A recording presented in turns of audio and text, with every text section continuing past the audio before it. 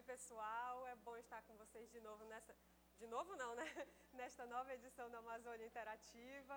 Hoje a gente vai falar a respeito de um evento que ocorreu aqui em Manaus, um evento internacional, que é a Conferência Internacional sobre o Estado e o Futuro dos Grandes Rios Mundiais. Para falar sobre o assunto, eu tenho aqui duas autoridades, o professor Naziano Filizola, que é geólogo da UFAM, e o professor Edgardo Latrobessi, né, da Universidade do Texas, e também professor da pós-graduação da Unesp, aqui em São Paulo. Pessoal, muito obrigado por vocês terem vindo. Fico muito feliz que vocês tenham disposto de tempo. Obrigado. E eu quero começar pedindo que vocês falem a respeito da importância de ter realizado um evento internacional, um evento dessa magnitude, aqui na nossa cidade. Bom, obrigado pela oportunidade. Né? Para nós é um prazer poder falar sobre esse evento. Foi um desafio que nos foi colocado em 2011, na busca de criarmos um grupo para discutir sobre a situação atual e o futuro dos grandes rios do mundo. Então, isso é uma iniciativa hoje patrocinada pela Unesp, e nós trouxemos, a primeira reunião aconteceu na Áustria, em Viena, com o grupo que estava articulando isso, e lá foi pensado na possibilidade de se trazer isso para cá, para Manaus, justamente porque aqui nós temos o maior rio do mundo, então nada mais natural e importante também, para dar um destaque que a iniciativa merece, do que trazer uma iniciativa como essa para iniciar efetivamente seus trabalhos dentro da maior bacia hidrográfica do mundo. Entendido. E o que foi discutido lá que a gente pode aplicar, que a gente pode trazer para a nossa realidade aqui na Amazônia? Bom, uma das nossas principais preocupações é realmente colocar a situação desses rios. Então, os pesquisadores que lá estiveram fizeram suas apresentações mostrando a situação atual do ponto de vista da ecologia do rio, da hidrologia do rio, da hidráulica do rio, da química da água, né? Dos trabalhos que muitos rios estão acontecendo no mundo de restauração do rio, né? Que foi danificado durante vários anos com a maneira, com o modo como as comunidades humanas, aqueles países usavam. Então trabalhos de restauração também estão sendo feitos, né? E da morfologia desse rio, tudo isso a gente discutiu nesses dias aí. Certo. Edgardo, você tem um trabalho interessante a respeito de sedimentologia, essa palavra certa? Morfologia fluvial? Isso, justamente. Em relação às questões ambientais que foram discutidas nessa conferência, o que a gente pode tirar de exemplo e aplicar aqui na nossa realidade? Como é que os nossos rios influenciam na realidade mundial? Bom, você sabe que a Amazônia é um enorme recurso de termos hídricos. Nós providenciamos praticamente entre 15% a 20% de toda a água doce mundial, além de um enorme volume de sedimentos ao oceano. Então, a importância do sistema amazônico é incomparável em relação a outros sistemas do mundo, também em termos de biodiversidade aquática, tanto animal como na vegetação. Quer dizer, muitas vezes é difícil pensar modelos específicos de fora para esta região, já que tem que ser gerados novas alternativas devido à escala deste sistema.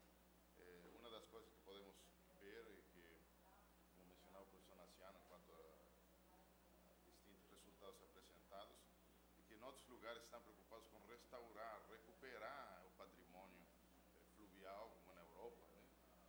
Enquanto nós estamos um pouco atrás da história. Nós estamos num programa agressivo de intervenção violenta sobre os nossos recursos hídricos, sem análise adequada ambiental. E essas intervenções que o senhor fala, a gente pode citar as hidrelétricas, por exemplo? As hidrelétricas, eu acho que o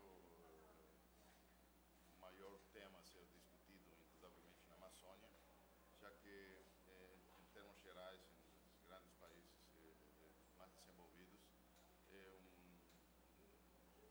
até se estão removendo hidrelétricas, enquanto que nos países em desenvolvimento, inclusive aqui no Brasil, a hidrelétrica é a alternativa mais fácil, simples de intervenção para gerar energia elétrica. E, bom, seria um problema ambiental também que se enfrenta, porque como há uma discussão com cotas de carbono, nós queremos fazer crer que é uma energia limpa, que não produz impacto ambiental, quando sabemos que não é essa a realidade. realidade. Entendido. A gente vai voltar a esse tema das hidrelétricas, mas antes do programa começar, a gente estava falando aqui a respeito de curiosidades sobre os nossos rios, né?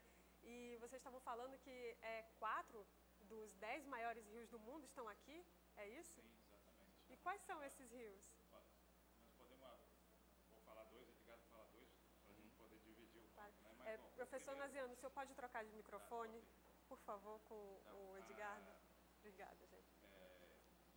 primeiramente, o próprio Amazonas, né? Os Solimões do Amazonas. Se a gente considerar a vazão, ou seja, a quantidade de água que esse rio transporta, né?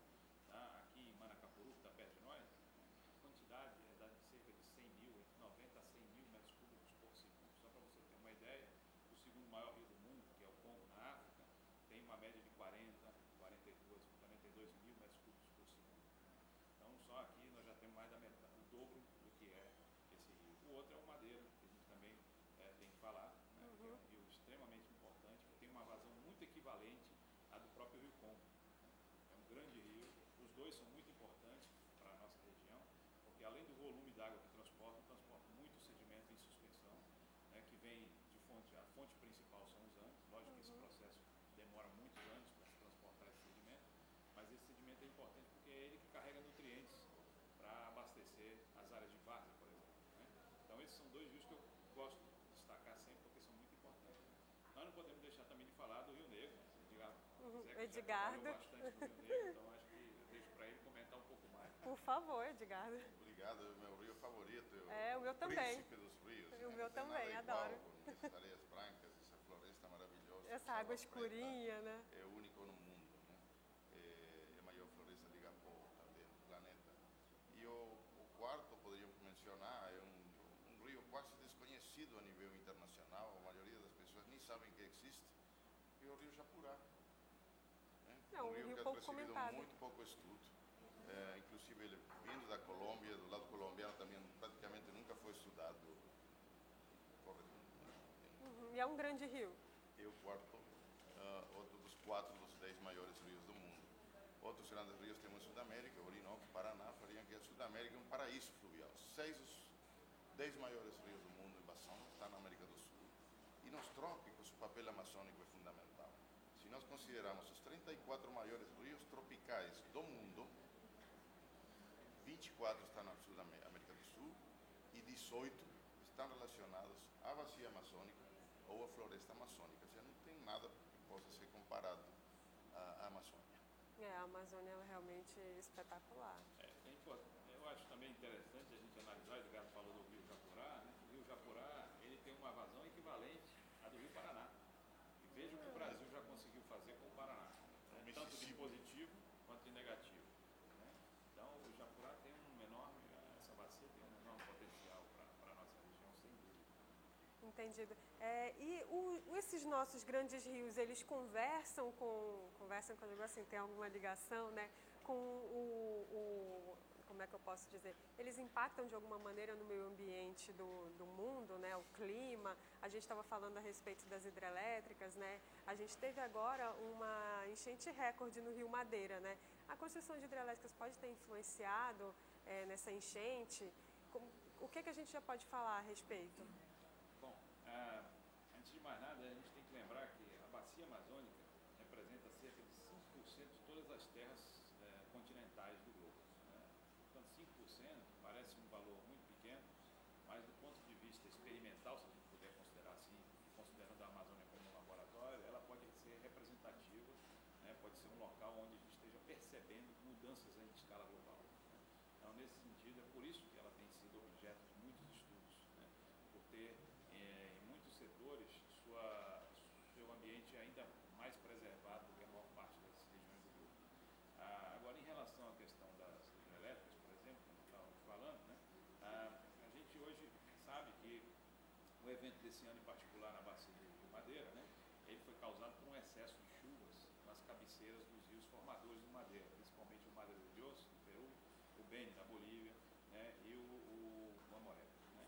E esses, principalmente Beni e Mamoré, foram responsáveis por carregar essa grande quantidade, essa grande massa de água que depois foi canalizada para o próprio Rio Madeira, né? Causando esse evento, esse grande evento desse ano, né? Agora, daí a gente afirmar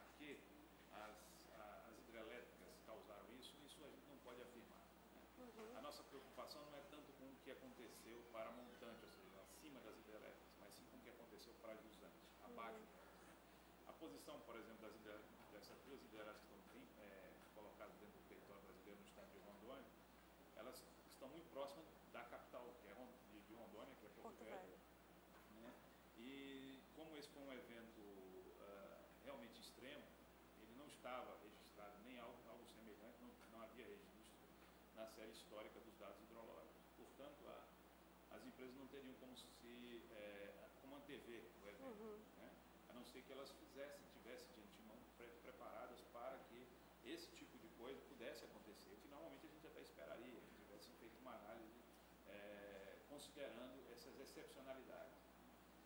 E por quê? Porque ela precisa conter essa água e saber quanto de água ela pode soltar. Se ela não sabe, ela pode estar chegando num limite extremo e ao soltar essa água, aí sim você causar uma inundação, né? E também causar uma mudança, né, local, tanto no tempo quanto no espaço, nas condições ambientais que você vai ter naquele período, ou seja, nesse ano, para Jusante. Entendido. Você quer completar, Edgardo? Eu gostaria de anexar algumas coisas. Quando decide o governo fazer essa hidrelétrica aí, com uma, em minha opinião, muito elementar base de estudos ambientais, com uma análise de impacto ambiental local, cometeu um grande erro, porque o Rio Madeira, como falamos de escala, não é um rio qualquer, estamos falando dos maiores rios do mundo.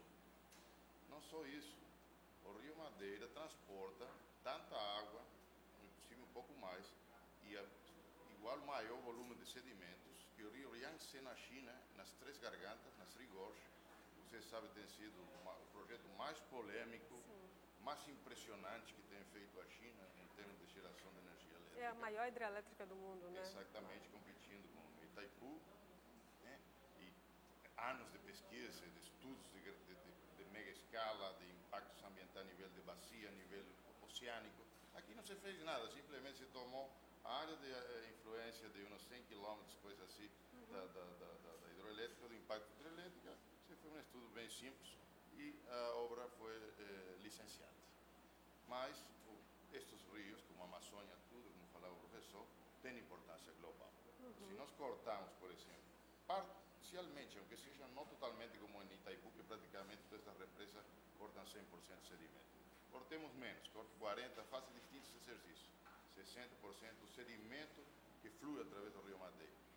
Nós vamos afetar tudo Baixo Madeira, porque não vai chegar mais a carga de sedimento e outros nutrientes que tem que chegar. Vamos afetar tudo Baixo Amazonas, né? Porque as maiores várzeas do Amazonas estão águas abaixo da confluência com Madeira. Então o estado do Amazonas vai ser afetado, tanto no Madeira como no Amazonas, ou Pará. Vai ser afetada a zona costeira brasileira, porque a pluma de sedimentos do Madeira produz uma zona de muito rica biodiversidade costeira. Essa lama se distribui até a direção ao Caribe, em toda a costa das Guianas. Já vai chegando no oceano, né? Mangues ainda no mundo que estão nessa zona, preservados. E ainda essa pluma afeta a temperatura oceânica, como já foi demonstrado por estudos climáticos, e a geração de tormentas tropicais que vão em direção do Golfo do México até chegar nos Estados Unidos e dos países do México, etc. Impressionante. Então, são de importância global, e nós estamos fazendo estudos de impacto local só para demonstrar que não passa nada. Entendi, impressionante, né? Gente, e o que mais vocês discutiram a respeito de meio ambiente nessa conferência? Bom, nós discutimos muitas outras questões ligadas à produção, não produção pesqueira, mas à existência de peixe, a variabilidade dessa biodiversidade, né, aquática. Foram discutidos também aspectos ligados à variabilidade climática e sua influência nos rios, e particularmente no nosso caso é uma questão muito importante.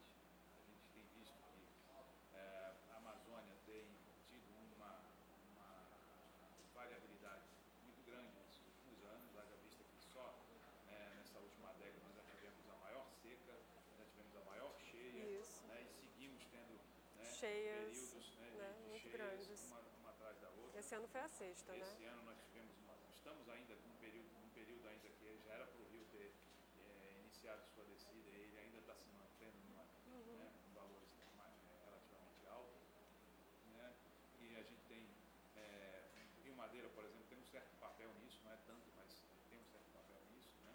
As chuvas, nós temos visto que as tendências, né, dessas chuvas não são as tendências que se pensava, não estão sendo tão aquelas, mas estão intensificando as previsões iniciais que se tinha, né? Portanto, esses assuntos foram colocados e como eles estão sendo, como essas coisas vão rebater no funcionamento dos grandes rios da Amazônia, dos grandes rios do mundo, né? Esse tipo de coisa também foi colocado lá. Eu acho que eu não destaquei isso, mas o professor Naziano foi o coordenador local, né, dessa conferência, que anteriormente havia sido realizada só na Áustria. Exatamente. Né, um evento trianual. Isso, né? Um evento trianual. E como eu falei, né, então na Áustria foi colocado isso, essa iniciativa, e ela agora, então, ela tem patrocínio da Unesco, faz parte do conjunto de iniciativas da Unesco, por ser uma preocupação de toda a comunidade, não só a comunidade científica, mas também dos decisores, né, em relação ao que fazer com os grandes rios do mundo. No nosso caso, em especial no Brasil, nós temos uma iniciativa do nosso governo, já tem algum tempo, que é o Plano Nacional de Recursos Hídricos. Então, esse plano tem uma série de mecanismos que nos permite avançar nessa questão. No entanto, isso até agora, por causa da Amazônia, tem sido muito pouco explorado. Não se sabe se por questões de falta de recursos, por limitações de pessoal, né?